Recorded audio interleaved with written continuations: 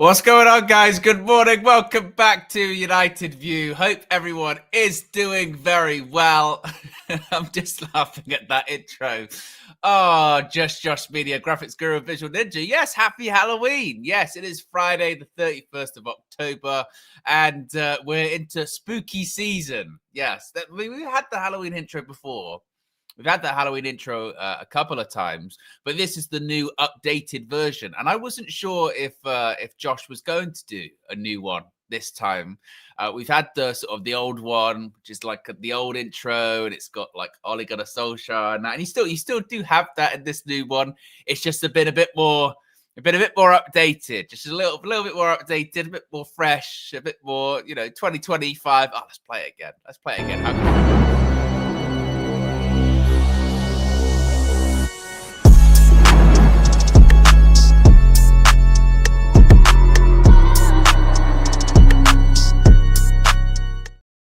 It's good stuff, isn't it? It's good stuff. But yes, welcome back. Good morning. Welcome back to United View. Hope everyone is doing very well. Be sure to smash a like on the like button.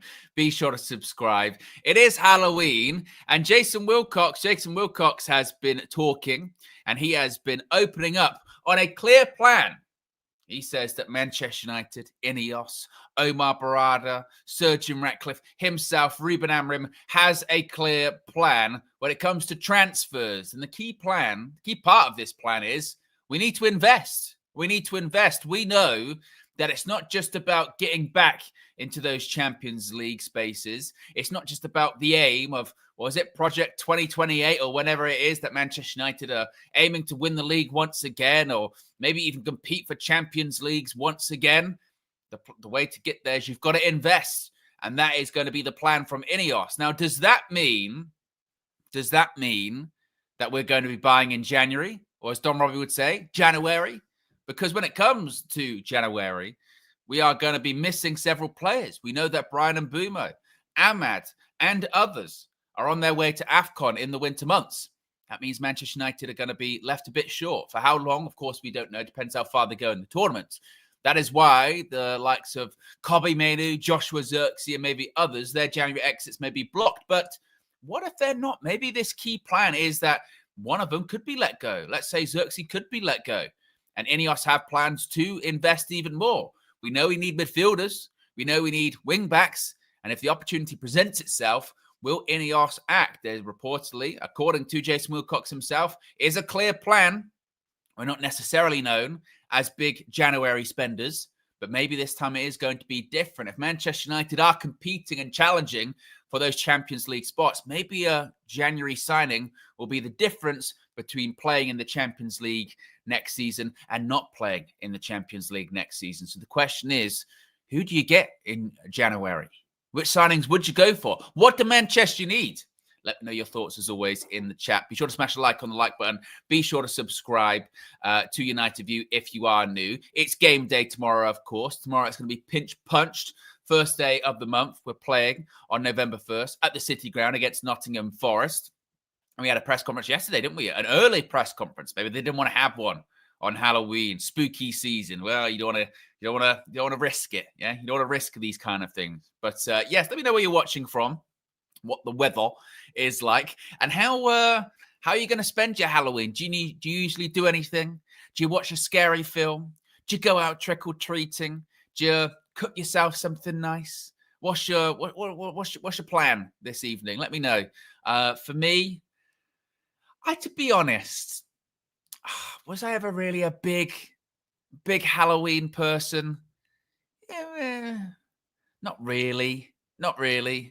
I mean, this will shock you folks, but I didn't really see the sort of point of trick-or-treating in terms of to go around to other people's houses or, front doors and get sweets when there'd be a big bowl of them next to the door at home that we would give the trick-or-treaters. And I used to always think, well, here's an idea. How about I keep the sweets by the front door and everyone else keeps their sweets by the front door, and then we don't have to go outside? Yeah, maybe that's the plan, right? So I was never big on that. And as far as this evening, I mean, I'll give out the the sweets to the trick-or-treaters. It's about it. You know what I mean? It's about it. Well, people say, Chris says absolutely nothing. Yeah, and to be fair, I mean, you can let me know actually in different countries how much of a global thing is it? It might even just be. I mean, it's an American tradition, isn't it? I think, or sort of a North American tradition. Yeah, it's not really. Yeah, All Elite says I throw eggs outside my window and then duck underneath. What he didn't point out, it's got nothing to do with Halloween. He does that every day. It's kind of a weird sort of bedtime ritual for him, which is odd. Nessa says, totally agree, Owen. Starlord says, when I was a kid, people never really gave sweets. We got money. Used to get money. Why? Not bad. Not bad. There used to be, is it originated in Ireland? Well, look, let's have a look. Where did Halloween originate? Here we go. It's a Celtic festival. You're right. 2,000 years ago, in the region of modern-day Ireland and Scotland, marked the end of the summer and the harvest and the start of the new year. There you go. Look at us. We're learning stuff this morning, folks. We're learning stuff. Getting money's not bad though, is it? For Halloween, there used to be some shops that obviously didn't do sweets, but if you went to, let's say you went to like a Chinese, they'd give out chips, which was good. Still had to pay for them, which I said, which is not really trick or treating. That's just buying chips. But yes, we're digressing there. We're digressing there. Big up to the chat. But yes, Jason Wilcox did an interview with MUTV yesterday, which was quite interesting. We covered this a bit in Trafford Talk yesterday evening. Be sure to check it out. James from the Muppeteers and I. And he said the following. He said, we've got a clear plan. We know what we've got to do. We know there are areas of the team we've got to improve, which immediately you go, midfield. I mean, our best midfield in Bruno Fernandes and Casemiro, both over the age of 30. I mean, Bruno's what, 32? How old's Bruno Fernandes? 31. 32 next year. Casemiro is, how old's Casemiro now? It's 33, isn't he? 34 in February. And that's our best midfield. You know, that's Manchester United's best midfield in Ruben Amorim's system. It's our best midfield. And we've seen it. You know, if Casemiro comes off after 60, 65 minutes, as he did against Brighton, noticeable difference. He's our best six. And I said that a couple of weeks ago, actually. Casemiro is our best midfielder, isn't he? Yes. So January, if an opportunity presented itself, you would go get a midfielder. Absolutely. Now, it'll be interesting to see what opportunity INEOS are looking for in January. Are they looking for that kind of, is a Carlos Baleba going to be available? If he is available, if they quote the £100 million, don't think it's going to happen. And in the summer again, if they quote £100 million, don't think it's going to happen. But do Manchester United revisit the Conor Gallagher situation, which they seemingly did have a look at towards the end of the summer window, right? There were those reports saying that they spoke to Atletico Madrid. They were looking at a loan. Atletico Madrid were looking at maybe a more permanent solution.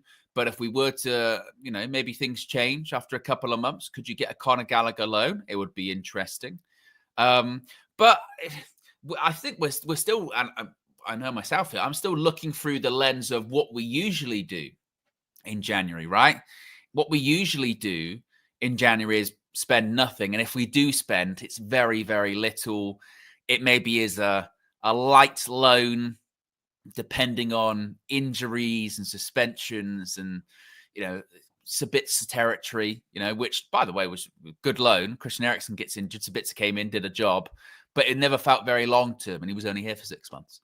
But could Man United try and just test the waters? Do they have a look and go for, do they put a bid in for Stiller, as Araya saying there? Although I do think James made this point last night, and I do think it is kind of true. You also then have to be conscious about players that you're bringing in mid-season and this requirement of, well, do they have the ability to come in hit the ground running and adapt straight away. Because with January signings, that's really what you're looking for. I mean, unless, of course, you're a club that you've already got strength in numbers there, and it's just a deal that you can do a bit earlier than the adaptation period is between then and the end of the season. And by the time the next season starts, they're up and running and they don't have that adaptation period. But that's not where we're at. We're looking at someone to come in to immediately help out that midfield because it's our lightest area in terms of quality. And Stiller, as much as I think he's probably now like the football scholars one that we're looking for, I would worry about him maybe coming in, adapting mid-season, depending on where we would be in the league at that point as well. I think that's something to consider. Now, someone saying in the chat here, Kristen says, Owen forgot to do the segue. Well, this is where you're wrong, Kristen. Yeah, because it's all been part of a big trick or treat. Trick. I did forget. Yeah. Today's video is sponsored by our friends at Oxford Natural and their all-new natural supplement, Optimum Day and Night. Thousands across the UK, USA and beyond are smashing their health goals with Oxford Natural. Optimum Day gives you steady energy, curbs your cravings and keeps your metabolism firing all day.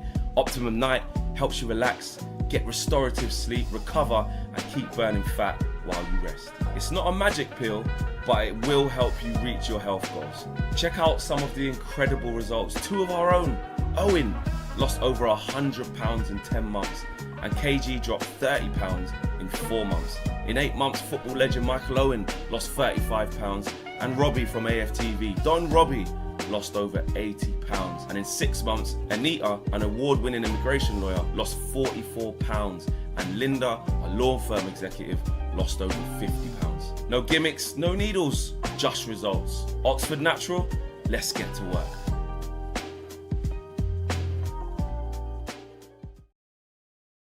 Did you know to press the wrong button as well? Gremlins in the system. Yes, you can scan that QR code right there in the sidebar. You can subscribe. You can save up to 70% off. You can use the code UV. You can get your Optimum Day and you can get your Optimum Night. You can get your Optimum Day, which is good for your weight loss goals. You can get your Optimum Night, which is good for your restorative sleep. It's a brand new and improved formula. All the information, as always, is in the video description below. And you can get optimized today. Optimized, yes. No tricks, just treats. It is what it is. No, do you know what distracted me? It was that bloody Halloween intro. Because if you see at the start of the video, or start of the stream, I sort of forgot about that too. And then when the Halloween intro came up, it flustered me. It did fluster me, that one. So I want to press it again because I feel like, more people through the door now. You can see the Halloween intro. Well, one more time. One more time. One more. We might as well.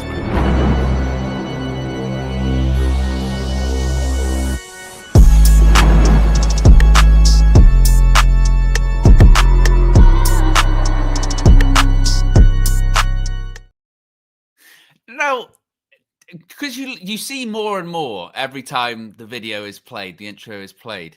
Is that Mike Phelan, his face, like imposed on a sort of floating sheet? Like there's the ghost of Mike Phelan. I noticed the face before, but I didn't realize he was sort of a floating sheet. He was a floating. That would be scary. Forget, I think there's a ghost in here, and for some reason, it's dressed up like a sheet. It's got the face of Mike Phelan. That's when you know it's got nothing to do with being haunted. That something, significantly wrong has happened with yourself. You know what I mean? You sort of go, guys, I think the house is haunted. And you go, well, I guess, you got to be open to possibilities, the supernatural. I'm not necessarily myself the biggest believer in the whole thing, but I guess, it's possible. These things are possible. There was a floating sheet. Well, it's getting a bit ridiculous now. I'm not sure if that's really, that possible. That feels a bit strange. It also had the face of Mike Phelan. Have you thought about getting help? Because, maybe there needs to be some kind of, I don't know. Maybe you can take something or speak to someone. That might be because that's just we're getting really out of the realm.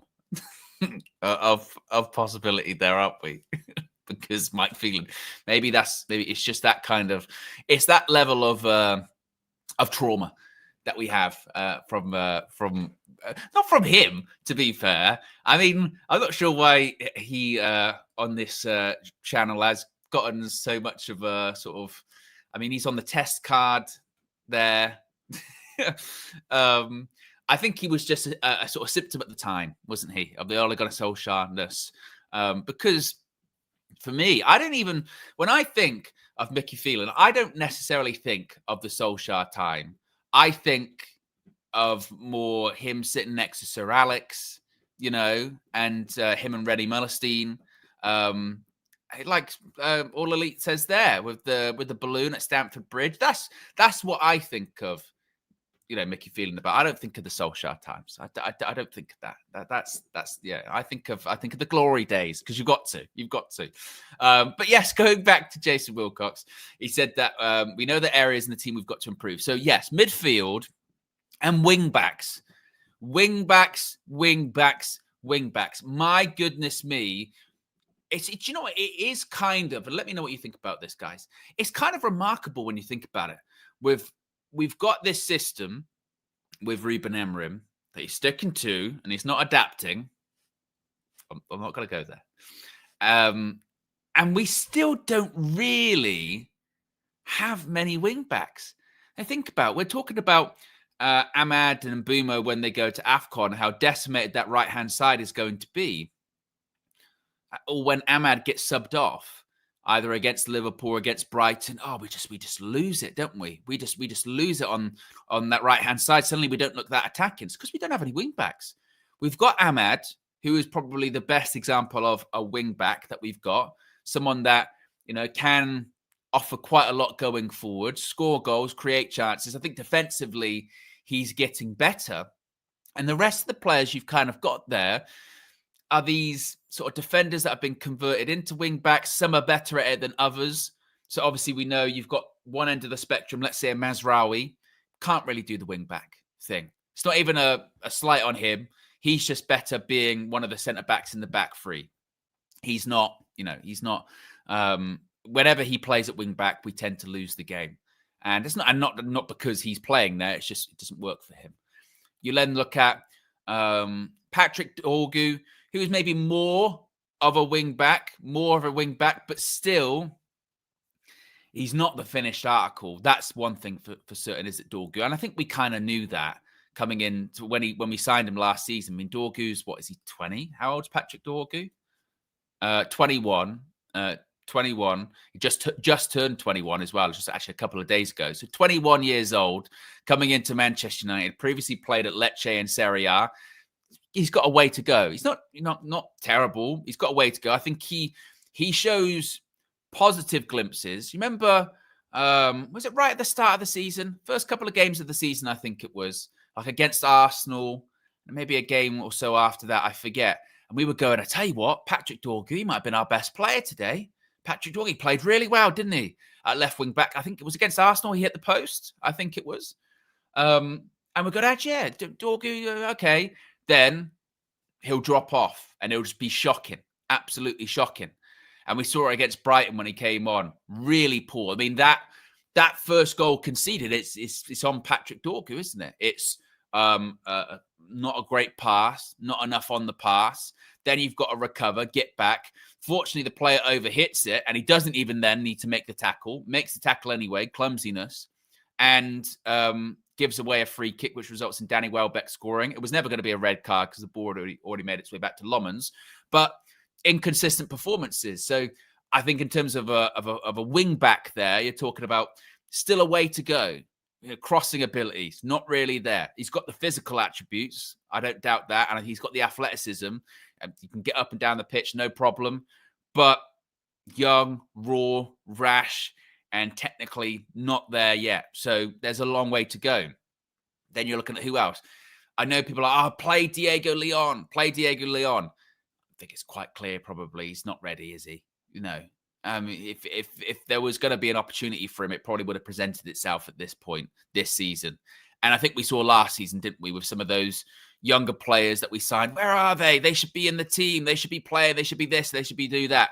They come into the first team, not when it's planned to do so. I think the greatest example is Cheeto last season. But play Cheeto. We need to put Cheeto in. Get Cheeto into the team. Then we put him into the team. A poor performing team that doesn't create a lot of chances as well. Doesn't really do all that much. Has a couple of sort of, half chances here and there. He's shit. He's not going to be any good, this kid. He's not going to be any good, Cheeto. People are hyping him up. He's rubbish. Goes away for a while. And then we move on to someone else, don't we? Sekou Kone. Get Sekou Kone in the team. Get him in the team right now. Get him into this team. Get him into the team. And then he'll play. He'll be a bit inconsistent because he's a young player. He's shit. He's rubbish. He's not good enough. Not good enough. Get rid of him. And one thing that I've been quite consistent on praising Ruben Amorim for, certainly in recent weeks, is he and his coaching staff, I do think, have got a pretty good track record at the moment of finding the right time to integrate players, whether it's new signings, whether it's, even young players, take them out. It's not the right time yet. It's not the right time. And I think we have to be really cautious with those ones. I mean, like Show says, JJ Gabriel, this is the craziest one too, isn't it? JJ Gabriel. I mean, how old is he at the moment? Is he 14? JJ Gabriel, just to get this right. He's 15. 15. And it's like, right, he should be in and around it. He should be in and around it, playing. Bear in mind, we play one game a week. We're not in the Carabao Cup. It'd be maybe slightly different if we Carabao Cup, we're playing a League Two side. All right, yeah, maybe he can be on the bench at 15. But this idea, I've even seen like legitimate conversation of, like when Mbeumo goes AFCON and Ahmad goes AFCON, put JJ Gabriel at right wing back. You're going, what, at Manchester United with this fan base? Seriously.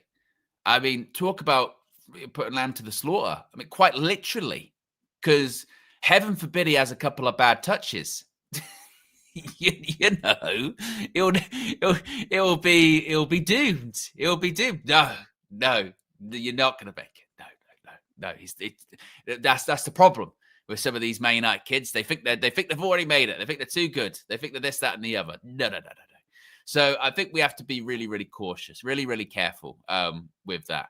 And I just hope that, because the reality is as well, if we do have a successful first team squad filled with senior players, obviously you can sprinkle a couple of young players in there, but then there's not this sort of pressure that we put on the young players. I've mentioned it quite a few times. We do have, I think, a bit of this sort of Messiah complex at Manchester United, whereby we're always looking, aren't we, for someone to save us?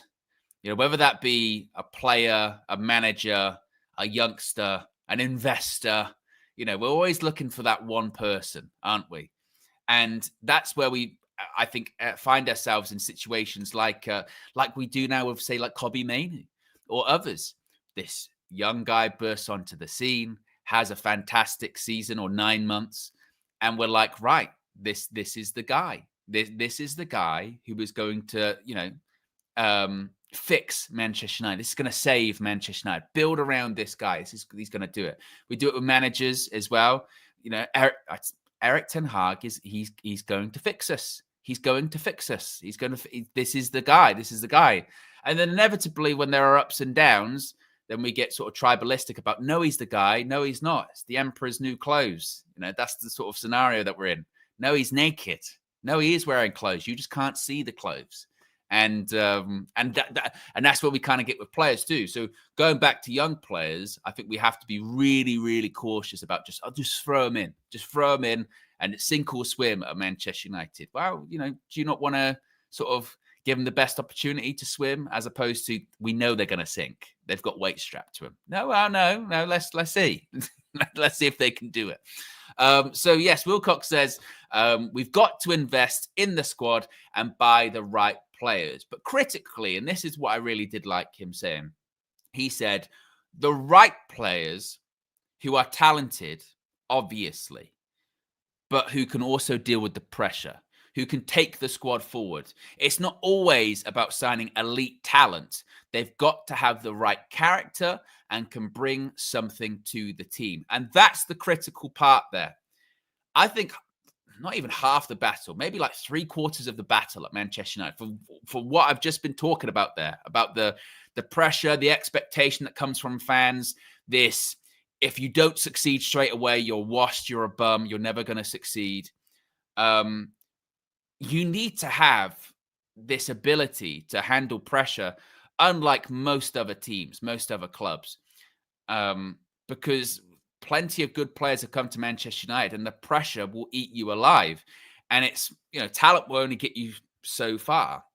Some of the best players in Manchester United's history haven't necessarily even been the most talented players, but they've got, the best mindset, or they've got the best work ethic.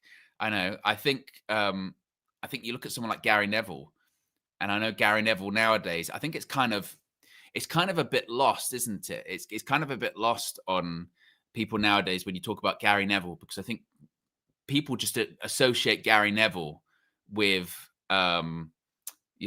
this guy on Sky, or this guy that's involved in politics, or this guy that, has a load of different businesses and he's everywhere and he's a bit of a media figure.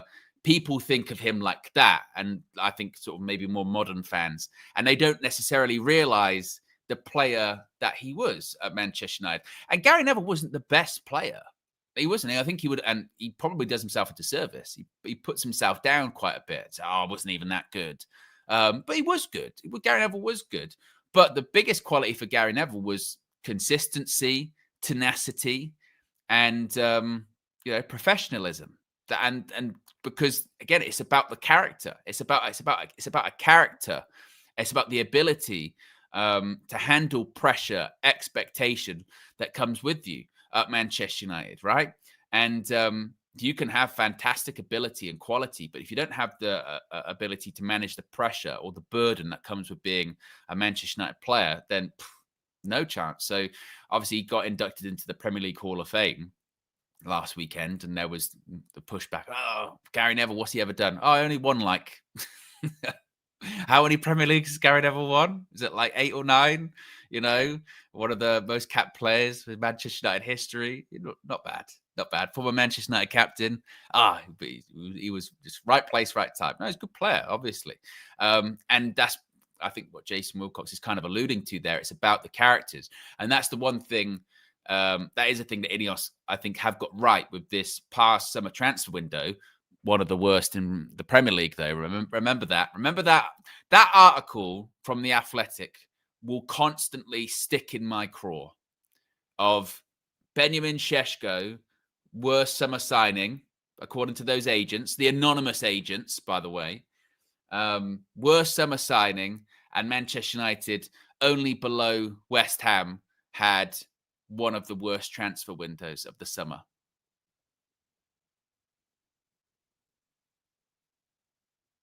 Really? Like, what are we doing here?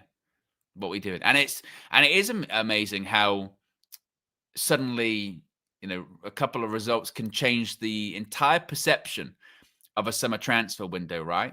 You look at Liverpool's window in the summer, over £400 million spent, one of the greatest, summer transfer windows ever. Look at the players that they got: Florian Wirtz, Ekitike, Alexander Isak. No one's going to be able to touch him. Suddenly now, spent 400 million, according to Arne Slot, need more players. He makes a couple of substitutions. He's only got teenagers left on the pitch. Don't you feel bad for him? Don't you feel terrible for Arne Slot? If only he had more money. Come on. Imagine. What can you do with over £400 million?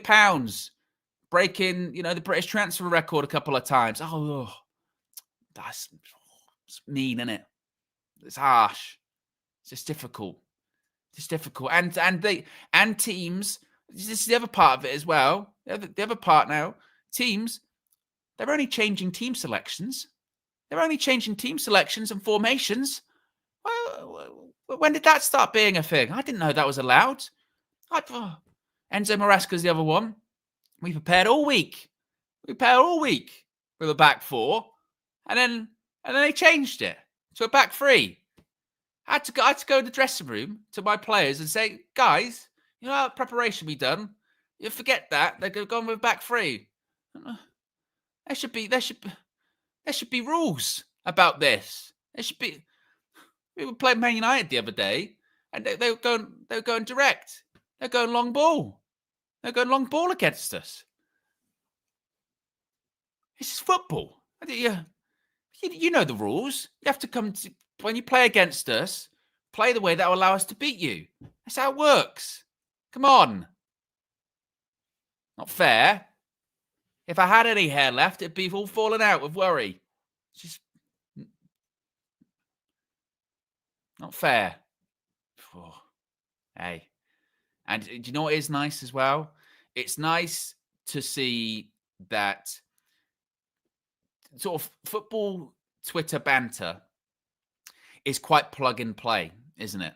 And what I mean by that is that since the beginning of the season, and really last season, but certainly since the beginning of this season, you know, it was just whatever football joke there was, Manchester United are the punchline too. So whenever a team's playing Man United, a team's social media account just sort of takes the piss, some kind of joke. And now it's Liverpool's the joke. Liverpool's the punchline, which is great. You know, I saw Nottingham Forest, who are playing tomorrow at the City Ground.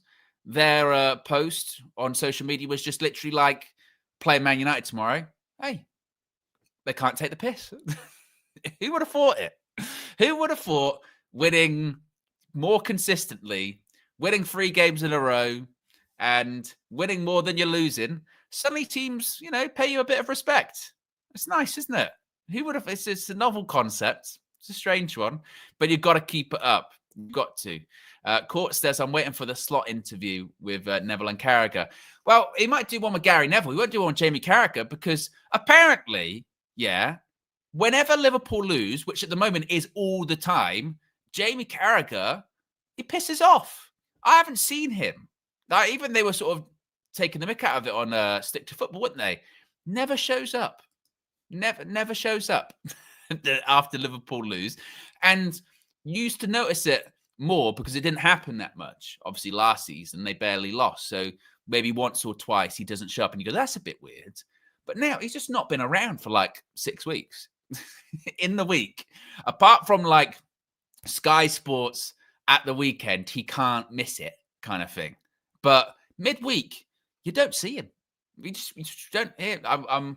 I'm interested to see next time he's going to write a big article for one of the big papers and about how terrible we are, you know, because he usually does that around international break, doesn't he? Yeah, it's just funny how those things work out with old Jamie Carragher. Who have they got actually at the weekend? Who have they got? Let's have a look. Who have they got? They've got Villa. Villa 8 o'clock kickoff as well. Evening kickoff. That's the complaint. That's the complaint point, isn't it? Well, you know, we got to play at 8 o'clock in the evening. It's disgraceful.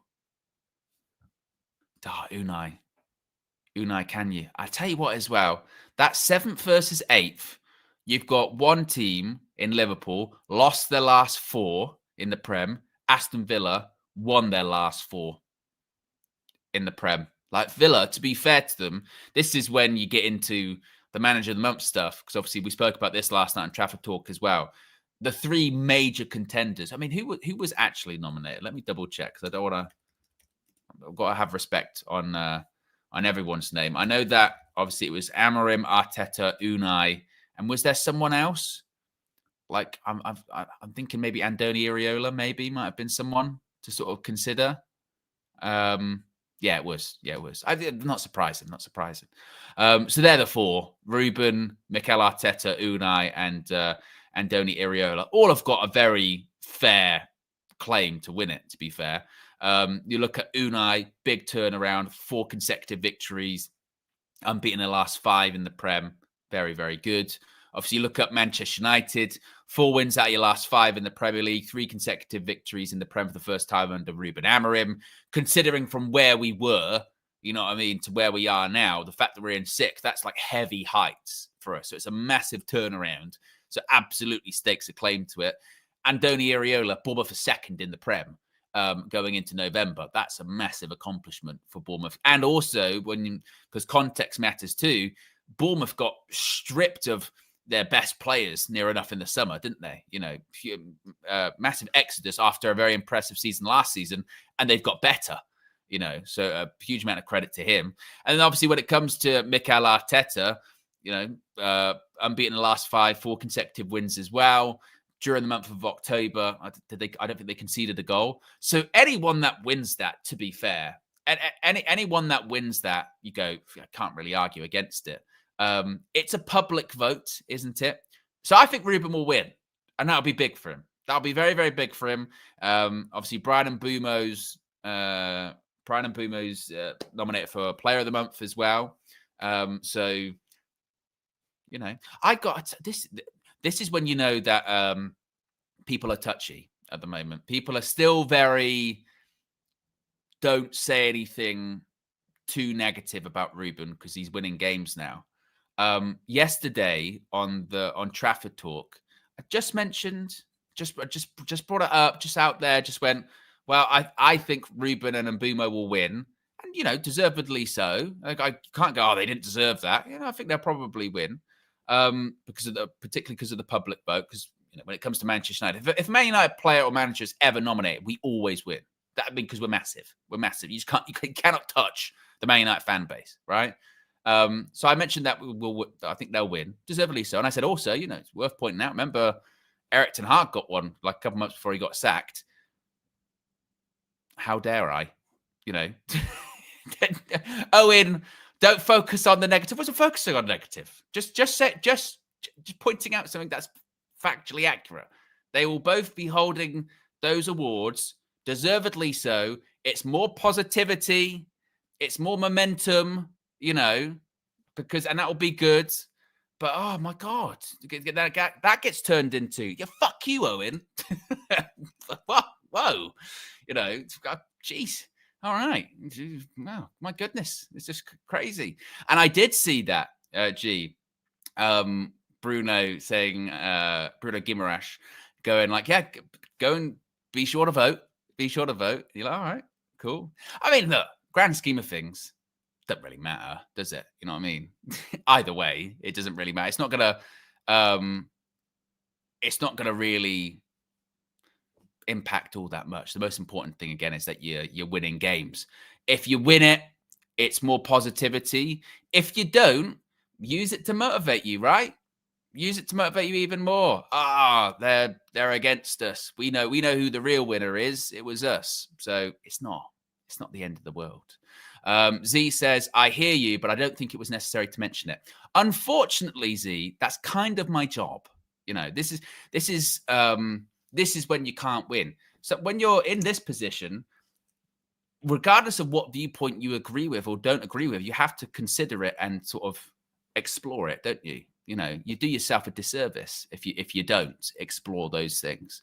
You can't be narrow-minded and just be like, I don't like that, so I'm not going to talk about it, or I'm not even going to bring that up. You gotta open your mind and talk about all the stuff, whether you agree with it or not.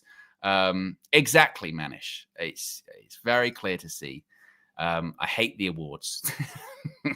I want to they should be gone. They got to get rid of them. Scrap the awards. Just want to get rid of them. And I'm obviously clearly trying to. This is the campaign. This is the other one as well, isn't it? This is the campaign.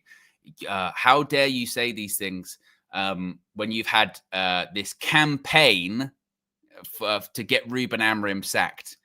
I was like, campaign? I missed it when I printed out signs and wore the badges. Amorim out. You've been campaigning, waving that flag. I've been going out, shaking hands with people. Nice to meet you, Ruben out. You know, I said, have you tweeted? Have you got the hashtag going? All right. Well, can I rely on your vote for what? I don't know. It's not going to do anything. You know. All right. Nice one. That's Nice to have you on board the campaign. And of course, if the campaign is not successful, you must apologize. Which that's the other one. That's the other one I don't understand. When are you going to apologize? For what? What's there to apologize for? For sharing your opinion? You know, that's like going, I don't know. I can pick anyone's comments here going, Compost Smurf, Amram Outers be voting for Arteta. You're going to apologize for that? Yeah, what? You're gonna apologize? For what? For who? You know, there's a clear difference between acknowledging that you were wrong, which I don't know if I'm there yet. You know, give a couple more performances, couple more results. I can maybe acknowledge that I was not even necessarily, because I wouldn't change it. That's the other part of it as well. I wouldn't change that. I wouldn't go back and, oh, I wish I didn't do that, or I regret that. Because myself personally, I don't like to live like that of, you know what I mean? I shouldn't have done that, or I shouldn't have said that. I don't. And again, who am I apologizing to? You know what I mean? There's a big difference between going, you know what, I got that a bit wrong, or maybe I jumped a bit soon there. But I'm not there yet myself personally. I just don't feel like I'm there yet. Maybe at the next international break, I might sort of have a look at that and see how I feel about it at the time. But the stuff about apologizing, frankly, is just bullshit. You know what I mean? What's a Ruben? Oh, Ruben, I'm sorry. Oh, thank God. Ruben's going to be able to sleep much better this evening. that I apologized. You know, it's crazy. You know what I mean? It's crazy. So yeah, the apologizing one I think is a bit mad. You know, because it's just we're football fans at the end of the day as well. It's just I don't get it, right? As Nightingale says there, Ange won 9 games out of his first 10. People need to stop reacting to a small sample size. Games good or bad. That is, you know what, Nightingale, you do bring up a good point. That is one thing that I do think, because I think as fans, I hope we do anyway. I think you learn from your experiences, and I did learn a lot about from the Erik ten Hag saga, time at Manchester United, and my biggest takeaway from that point was that myself, I was like, you know what? I'm not going to get super like attached to the idea that this specific manager is going to work for us. I'm not going to do that again, because I think that we did that a lot with Erik. You know, there was some early success, obviously won the Carabao Cup, and it was like, oh my God, he is going to fix us, save us. Yes. And then when it got bad and everyone could tell it was getting bad, there was still this, no, it's going to work. He's going to work. And then in retrospect, that's when you look at that and go, yeah, kind of should maybe do that again. And I think maybe what I would say to learn from this Ruben stuff so far, and again, it's not complete, but the stuff to maybe learn from this Ruben stuff is like you said there, Nightingale, it's difficult when you lose and the nature of when you lose. And it's difficult when you win and it's a big win. But you can't get too carried away either way, can you? That's the key thing, I think. And I think you're right there. And that is something where I would hold myself accountable and go, yeah, I think I fell into the football fan trap there. You know, you beat Liverpool. How'd you not get super, super high off that? It's difficult when you haven't done it for a decade. When you get knocked out against Grimsby and that's never happened before, or you finish 15th and you're losing every single week, it's really, really difficult not to be like, this is shit. You know, this is fucking crap. Like, it's difficult. So I think that would be the big takeaway, wouldn't it? I'd just be like, don't get too carried away either way. But it's really difficult. Really, that is really tough. Because we win 3 games and now we're already talking about, aren't we, you know, I spoke about the other day. Do we have the best front three in the Prem? Are we going to qualify for the Champions League, which a couple of weeks ago would have been crazy to say, isn't it? So that's the tough point. But as far as like you've got to apologize. You must apologize to who? It's not going to make you feel any better. It's not going to make anyone feel any better, really, is it? You know, it's just, and again, it's it's debate. It's that's being a football fan, isn't it? Like even this past week, the whole discussion about we got lost. We got lost this week in, I think, point scoring on both ends. James said it perfectly last night, and it's so true. He said it's very similar to politics. It's really similar, which I think is that whatever team you've picked, whatever side you're on, after that point, it doesn't really matter. Like the facts of what's going on, the reality of what's happening is largely irrelevant. And actually, the argument just swaps between both sides, depending on what the results are. So if you're firmly in the thing of it's not going to work out with Ruben, then even when he is having success, you'll put it down and poo-poo and go, it's not real, it's bullshit. If you're staunchly an advocate of Ruben, when it's not going well, you're like, I don't care. It's gonna turn around. And when it is going well, I go and see, I told you so. And what gets lost is actually we're playing better, we're winning games. Like that should be the thing that we're celebrating. And we kind of get a bit lost in all of that, because we kind of then have to try and explain it. Like, what's happened here? Let's try and explain what's happened. And yeah, that it just is. We are a truly remarkable fan base, truly a remarkable fan base when it comes to it, because the sort of amount of knots that we twist and turn ourselves into over largely nothing is kind of hilarious when you do think about it. Because like DJ's in the chat there, he goes, I'm not apologizing for ish, lol. And it must be funny, mustn't it? Like, let's say you're a Liverpool fan at the moment. You must think, I tell you what, these United fans, I bet they think they're back. I bet they think they're doing this, they're doing that. And if they really had a look at us, sort of popped up the bonnet, the hood of the car, and took a peek beneath, they'd realize that we're still arguing. we're still arguing about it. We're still arguing about the same stuff we were arguing 3 or 4 weeks ago. Nothing in that regard. Nothing's really all changed. We'll just find other stuff to do it about.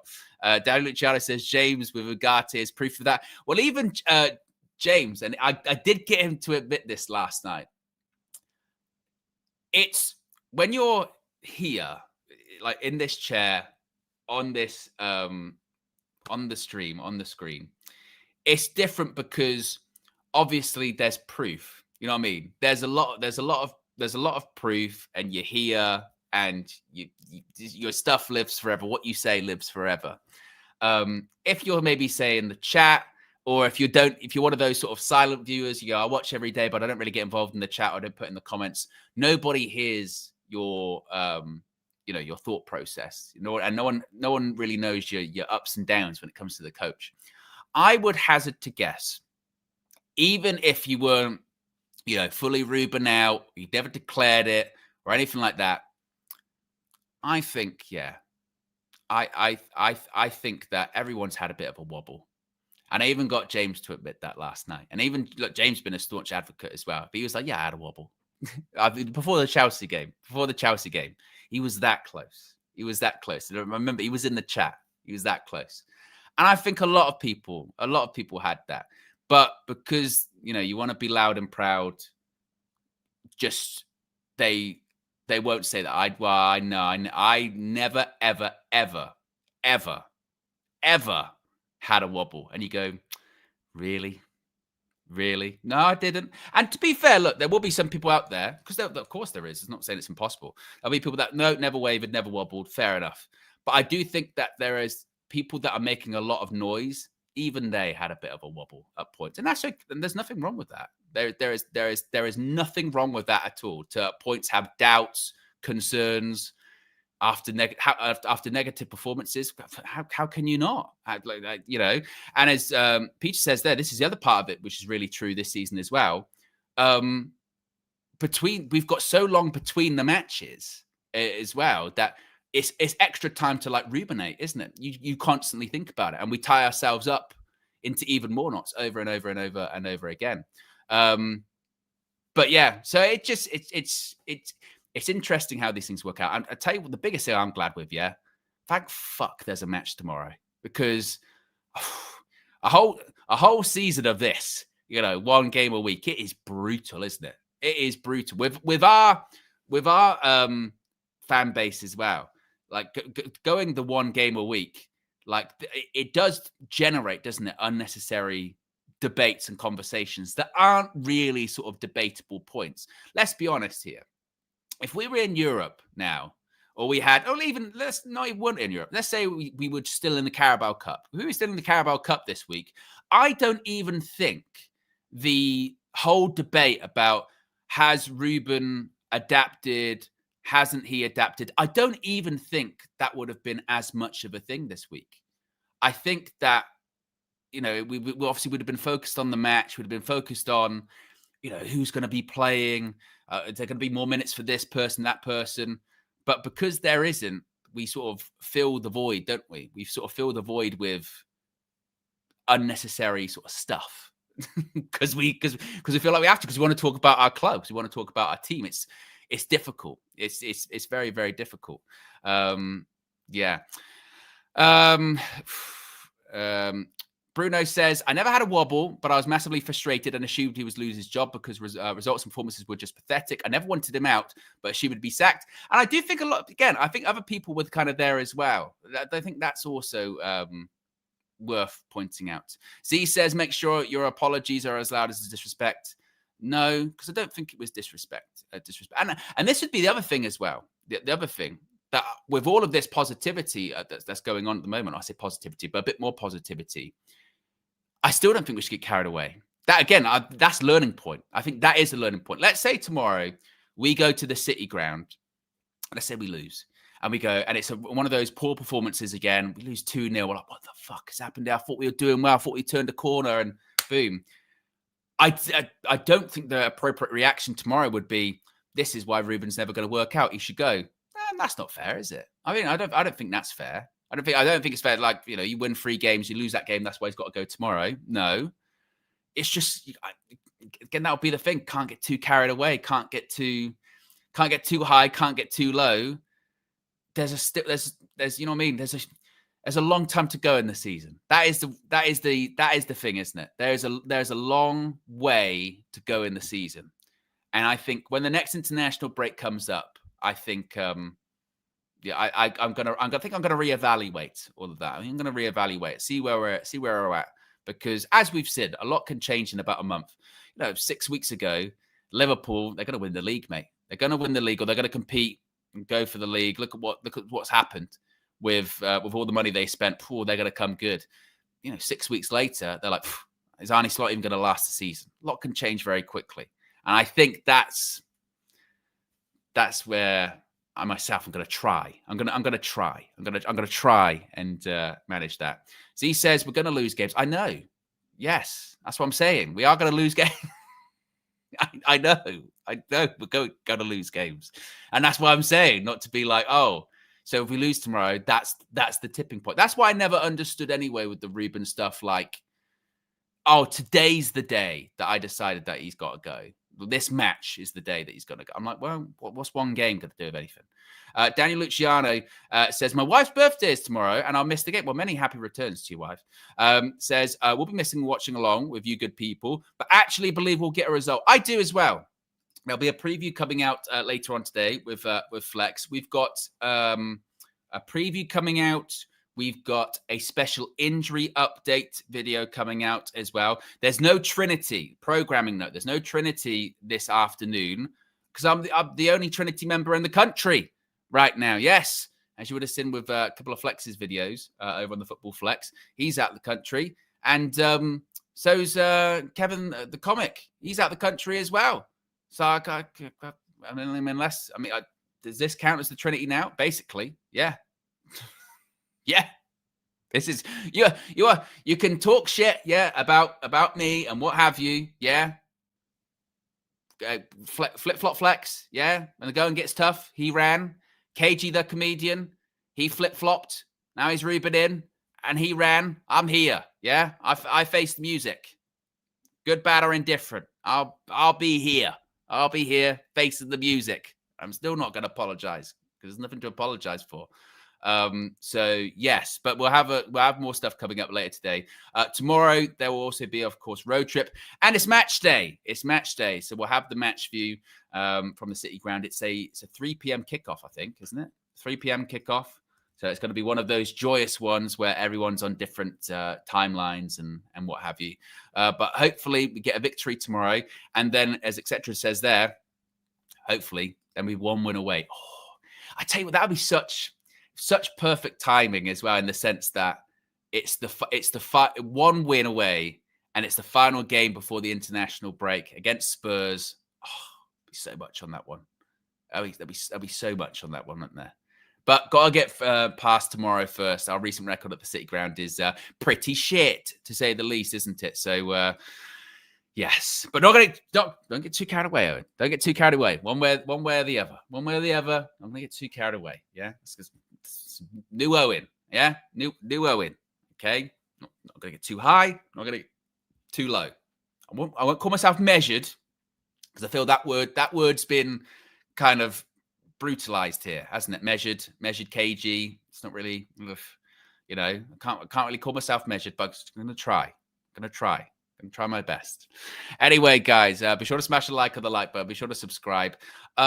What should play us out? I mean, I feel like it should probably, usually it would be the normal end card, but I think it should probably be the Halloween intro again, because I'm still kind of rattled by it.